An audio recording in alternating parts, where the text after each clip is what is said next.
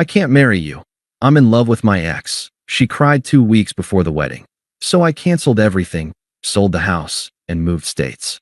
Hey viewers, before we move on to the video, please make sure to subscribe to the channel and hit the like button if you want to see more stories like this. Thanks. The place cards arrived on a Tuesday. I remember because the sun was streaming through the bay window of the house we'd bought together, illuminating the dust motes dancing in the air like specks of gold. I'd just finished assembling the final, absurdly complex IKEA bookshelf for our shared library, a project I'd been putting off for months. The scent of fresh pine and coffee hung in the air. It was a perfect, peaceful moment, the kind you mentally bookmark as a happy memory. Qley was at the dining table, a fortress of wedding planning. Binders, fabric swatches, and a scattered rainbow of place cards surrounded her. She was meticulously writing out names in her elegant, looping cursive, the one thing, she always said, her mother ever taught her that was actually beautiful. "Look at this, Liam," she said, holding one up. "Mr. and Mrs. Henderson. It looks so official." I walked over, wiping sawdust from my hands onto my jeans, and kissed the top of her head. Her hair smelled like her shampoo, coconut, and vanilla. "It is official. 2 weeks. We're almost there." She smiled, but it didn't quite reach her eyes. I'd noticed that a lot lately. A distant look, a preoccupation I'd chalked up to pre-wedding jitters. I was an architect. I understood stress. I figured it was just the pressure of finalizing 100 different details. "I was thinking," she said, her voice a little too light. "Maybe we should have a separate kids' table after all. My cousin's twins are energetic. Whatever you think is best, honey. You're the CEO of Operation I Do. I want to make us more coffee." This was our life. The comfortable silences, the shared projects, the gentle teasing. We'd built this. The house, the future, the us. For 3 years, it had felt like the most solid construction of my life. That night, the solidity turned to sand. I was in bed, reading a novel on my tablet, when she came in. She'd been quiet all evening, claiming a headache. She didn't get ready for bed. Instead, she sat on the edge of the mattress, her back to me, the weight of her body making the springs creak. "Liam," she said, her voice small and tight. "We need to talk." I put the tablet down. My heart did a little stutter step, the kind it does when you sense a sudden drop on a roller coaster you didn't know you were on. "Okay, what's up? Is it the venue coordinator again? Do I need to go down there? And it's not the venue." She took a sharp, ragged breath. It's everything." I sat up, leaning against the headboard. "What do you mean, everything? Talk to me." She turned then, and in the dim light from my tablet, I saw her face was streaked with tears. My first instinct was to reach for her, to comfort her. I stopped myself. There was a wall there, invisible but palpable. "I can't do this," she whispered, the words hitting me like a physical blow. "I'm so sorry, Liam. I can't marry you." The world didn't shatter. It just stopped. The hum of the refrigerator faded. The clock on the nightstand went silent. There was only the sound of my own blood pounding in my ears. "What are you talking about?" My voice was eerily calm. Is this just cold feet? Because that's normal, Qley. Everyone says that's normal." She shook her head, tears falling faster now. "It's not cold feet. It's my heart. It's not in it. Not in it." I repeated, the phrase feeling alien and stupid on my tongue. "We bought a house together. We have joint insurance.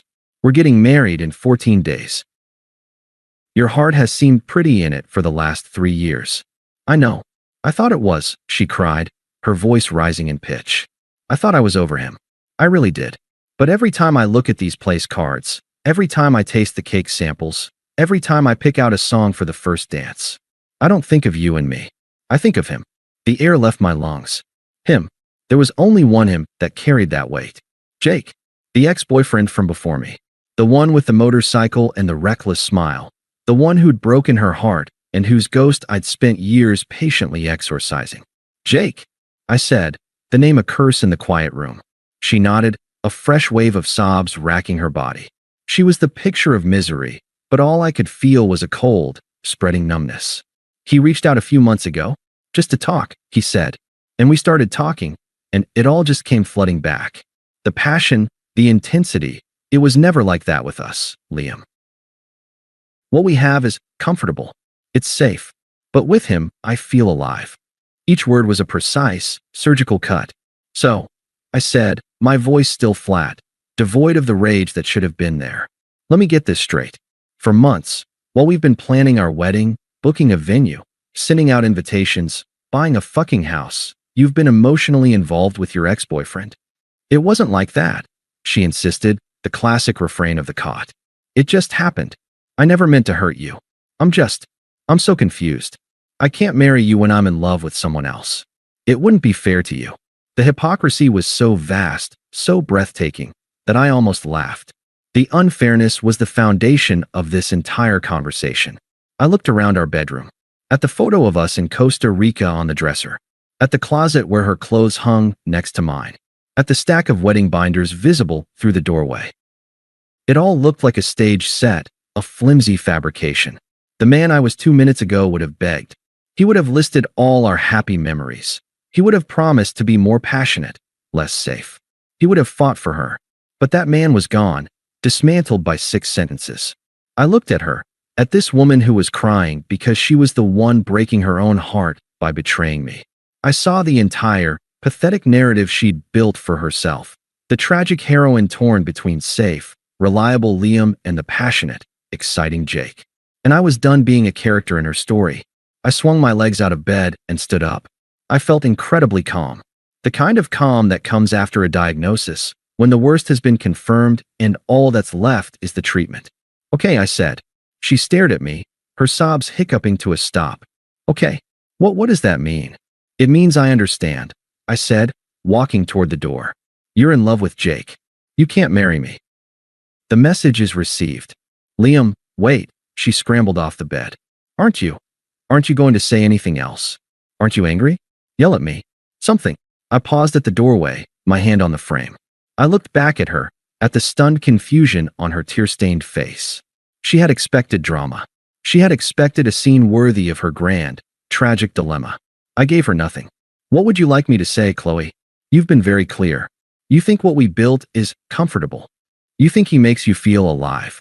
I'm not going to beg you to see value in a life you've already decided to throw away. I turned and walked down the hall toward the spare room, the floor cool beneath my feet. Behind me, I heard a choked cry, but I didn't look back. The first phase was over. The demolition had begun. I didn't sleep. I sat in the spare room's armchair, watching the digital clock on the nightstand flip from 11:59 p.m. to 12 a.m. My wedding day was now in 13 days. The thought was no longer a source of joy, but a simple, logistical problem to be solved. The initial numbness had receded, replaced by a cold, crystalline clarity. There was no room for grief. Grief was a luxury for a future version of me. The present version had a project to manage, the systematic dismantling of a life. At 7:01 a.m., I heard the master bedroom door open and the sound of the shower running. I waited until it stopped, then walked out. Qley was in the kitchen, her eyes puffy and red, clutching a mug of tea. She looked at me, a silent question hanging in the air. Have you changed your mind? Are you going to fight for us? I walked past her to the coffee maker. I didn't look at her. Liam, she began, her voice fragile. I need to make some calls, I said, my tone as neutral as if I'd said, I need to get the oil changed. I poured my coffee, walked into my home office, and closed the door. The first call was the hardest. My mother answered on the second ring, her voice bright. Liam, good morning, sweetie. Just finalizing the guest list for the rehearsal dinner with your father. I took a breath. There was no good way to do this. Mom, the wedding's off. A beat of stunned silence. What? What do you mean, off? Did something happen to the venue? A fire? No. Qley is in love with someone else. Her ex, Jake. She can't go through with it. Another silence, longer this time. I could hear the sound of her world recalibrating. Oh, my boy. Oh, Liam. I'm so sorry. Where are you? Are you okay? Do you want us to come over? I'm fine. I'm at home. And no, please don't come over. I have a lot to handle. We can help you, honey. We can, Mom, I said, my voice firm, leaving no room for argument. I need you to tell Dad. And I need you to let me handle this my way. There's nothing to discuss. It's over. I hung up, the finality of the words settling in the room. Then I opened the master wedding spreadsheet, my color-coded, hyper-organized masterpiece of project management, and got to work. The calls began. I was a machine, and my script was brutally efficient. Call to the venue coordinator, Evelyn. Evelyn, it's Liam Walsh. Regarding the booking on the 15th. I need to cancel. Yes, the wedding. The bride is in love with her former partner. No, there is no rescheduling. Please email me the final invoice for any cancellation fees. Thank you for your understanding. Click. Call to the caterer. Hi, this is Liam Walsh. I'm canceling the order for the 15th. The event is off. The reason? Irreconcilable differences of the heart. Just the cancellation fees, please. Email them over. Click. Call to the band. Yeah, hi? Liam Walsh. You're booked for my wedding on the 15th. Consider yourself unbooked. The bride called it off. Yeah, it's a shitty situation. Send the bill. I was mercilessly, surgically honest. I used the words called off and in love with her ex, like a scalpel, cutting through any potential awkwardness or pity. My bluntness was a shield. It preempted their questions and stripped the situation of its drama, reducing it to a simple transaction, a canceled event with associated costs. Around noon, I emerged to get a glass of water. Qley was on the couch, wrapped in a blanket, her phone in her hand. She looked utterly bewildered. The band just texted me, she said, her voice hollow. They said they were sorry to hear about the cancellation. How do they already know? I told them. I said, refilling my water glass. You told them? What did you say? The truth. I turned to look at her, and for the first time, I saw a flicker of something beyond regret in her eyes, shame. I said the bride is in love with her ex-boyfriend, and the wedding is off. It seemed the most efficient way to avoid confusion. Her face crumpled. You didn't have to tell them that. You're humiliating me. A cold smile touched my lips. No, Qley. You humiliated yourself. I'm just handling the logistics. I went back into the office. The next call was to a real estate agent I knew professionally. I listed the house. As is, furnished. I want it sold fast. Then I called a storage unit company and booked one for my personal items. The books, the tools, the things that were mine before her. I worked until the sky outside my window turned from blue to black. When I walked out, the house was silent. Qley was gone, probably to a friend's or to Jake's. It didn't matter. I stood in the living room, the scene of last night's destruction. The place cards were still on the table. I picked one up. Mr. and Mrs. Henderson. I didn't crush it. I simply dropped it into the recycling bin. It was just paper now. The grief was there, a vast, dark ocean waiting beneath the ice I was standing on. But I wouldn't let it through. Not yet. For now, there was only the next task, the next call, the next box to pack. I was disappearing, piece by piece, from a life that had already erased me. I moved into a temporary apartment the following week. The silence there was different. It was mine, untainted by her ghost.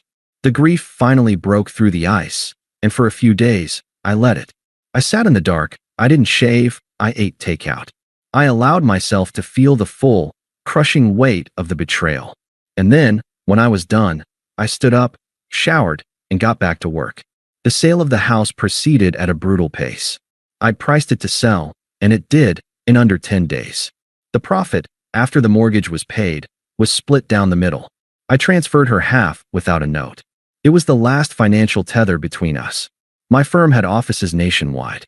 I put in for a transfer to the Denver branch, a city I'd always loved but Qley had deemed too rugged. They accepted. I used what was left of my honeymoon fund for a deposit on a modern loft with a view of the mountains. I blocked Qley's number. I deleted my social media accounts and created new, private ones. I was a ghost, and I was building a new haunt 2,000 miles away. The information about her downfall didn't come from her.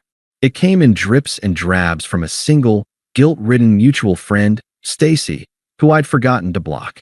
Stacy, 3 weeks after I moved. Hey Liam. Just heard you moved. Hope you're okay. It's a mess here. Qley and Jake lasted about a month. I read the text. I felt nothing. I didn't reply. Stacy, a week later. Jake told her he wasn't built for monogamy. Said the whole drama of stealing a bride was the exciting part. Now that it was real, he was bored. He's already seeing someone else. A part of me, the old architect, appreciated the irony. The foundation she'd left me for was not just shaky, it was non-existent. He was a man who thrived on the blueprint of an affair, not the construction of a life. Stacy, a month later, Qley's a wreck. She had to move back in with her mom. A lot of people are pissed at her. She lost a ton of money on the wedding stuff you didn't cancel. I finally typed a reply. Me. Stacy, I appreciate you thinking of me. But what happens in Qley's life is no longer of any interest to me. Please don't update me again. I hope you're well. I blocked her number. The pipeline was closed. The karma was perfect, and it was entirely of her own making. She had been discarded just as she had discarded me. The passion and intensity she craved had burned her to ash. The comfortable, stable life she'd scorned was the very thing she now desperately needed. Her reputation was in tatters, her finances were a mess, and she was living in her childhood bedroom, surrounded by the ghosts of her own terrible decisions. I stood on the balcony of my Denver loft, breathing in the crisp, thin air. The Rockies were a purple silhouette against a blazing orange sunset. Down below, the city lights began to twinkle, each one a possibility I hadn't had before. I felt no satisfaction, no triumphant, I told you so. The feeling was more profound than that. It was a complete and utter indifference. Her suffering was not my victory. My victory was this view, this peace, this new life, built on the solid ground of my own worth, a ground she had proven herself unworthy of sharing. The chaos was hers. The silence was mine. And I preferred the silence. The silence in my new life was a balm. I filled it with the sounds of a city I was learning to love, the distant wail of a train, the hum of downtown traffic, the wind whistling through the mountain passes. I built a new routine. I joined a rock climbing gym. I started dating, casually, with a woman from my building who was smart, funny, and had no connection to the wreckage I'd left behind. My peace was punctuated by the distant, muffled explosions of Qley's unraveling. My new number was a fortress, but she found cracks in the walls I'd built. It started 6 months after I'd left. Unknown number, 10:14 p.m. Hey, it's Qley. I know you probably don't want to hear from me, but I saw a photo of the Rockies from your mom's Facebook, and it made me think of that trip we talked about taking. I hope you're doing okay. I stared at the text. The audacity of it. The casual, nostalgic tone, as if she were an old camp friend checking in. She was testing the waters, seeing if the bridge was even still there. I deleted the message and blocked the number. There was no bridge. There was a canyon, and I was on the other side. 2 weeks later, my phone buzzed with a voicemail from another new number. Against my better judgment, I played it. Her voice was thick with tears, a dramatic, performative sadness. Liam, it's me. God, I don't even know what to say. Jake. He was a monster. You were right about everything.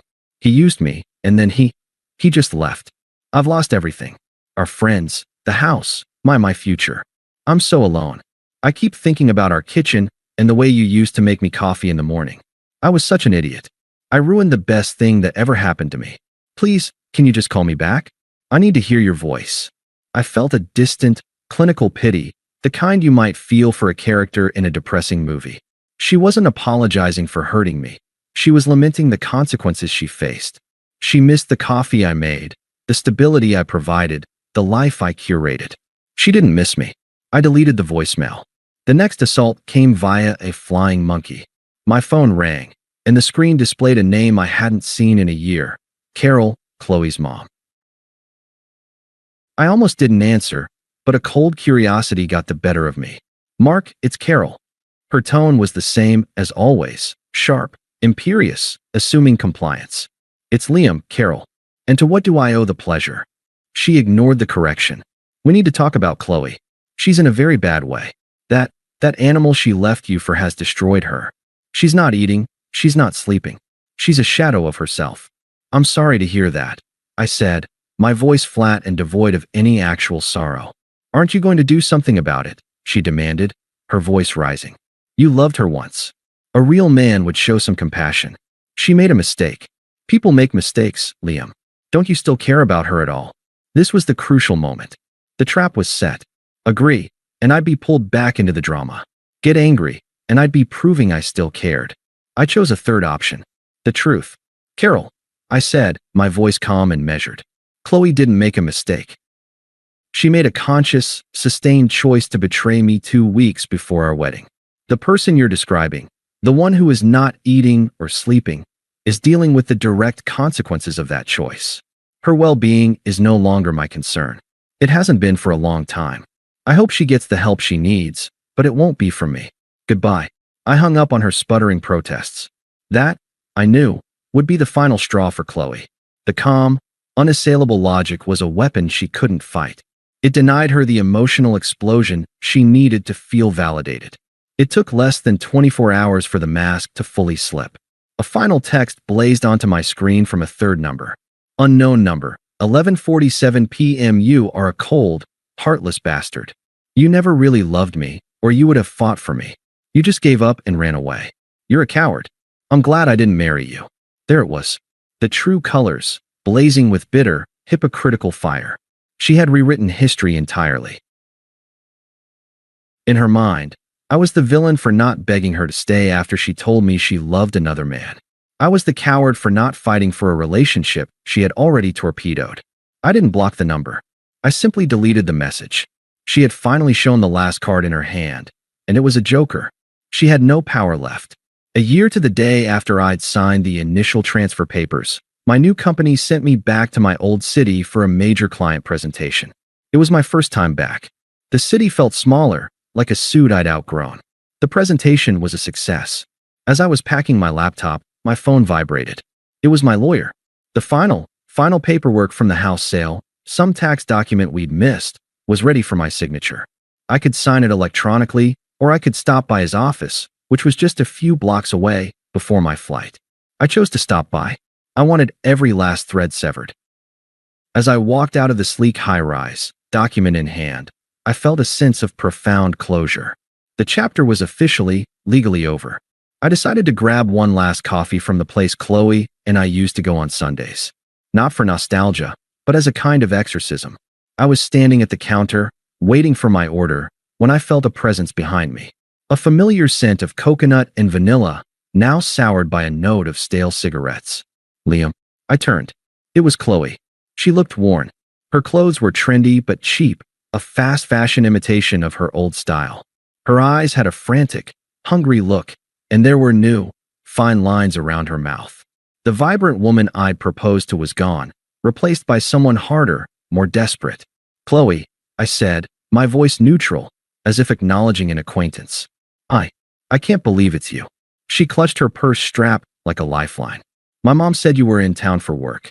I was hoping I'd run into you. I doubted that was a coincidence. Well, here we are. Can we talk? Just for a minute? Please. The plea in her voice was raw. I looked at my watch. My flight wasn't for 3 hours. I felt no anxiety, no anger. Just a weary desire to complete this final piece of business. All right, 5 minutes. We took a small table in the corner. She clutched her latte with both hands, as if for warmth. You look good, she said, her eyes scanning me. I was wearing a well-tailored suit. I was tanned from weekend hikes, and my posture was no longer that of a man carrying the weight of a failing relationship. I looked like what I was, successful and at peace. Thank you, I said. You wanted to talk? The dam broke. It was a rehearsed monologue, full of the self-pity I'd heard in her voicemail. My life is a mess, Liam. A complete mess. I lost my job. I'm waiting tables. Jake was a con artist. He maxed out my credit cards before he left. I'm living with my mom, and it's humiliating. I see our friends sometimes, and they look at me with such pity. She looked at me, her eyes begging. I lost everything.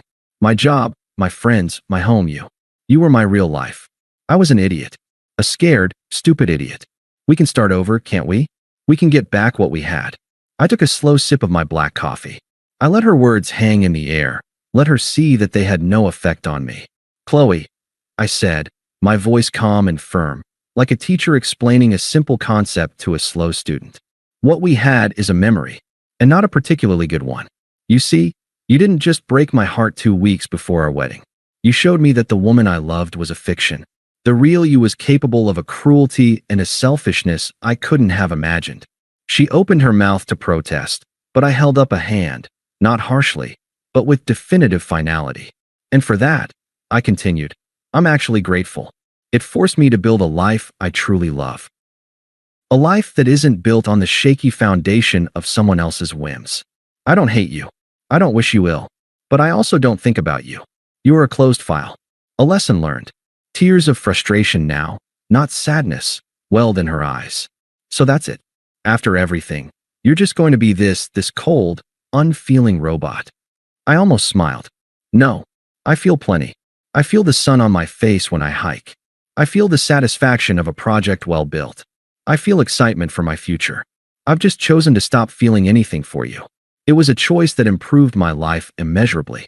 I stood up, pulling my carry-on bag over my shoulder. I placed a $10 bill on the table for my coffee. I have a plane to catch. I hope you find what you're looking for, Qley. But it won't be with me.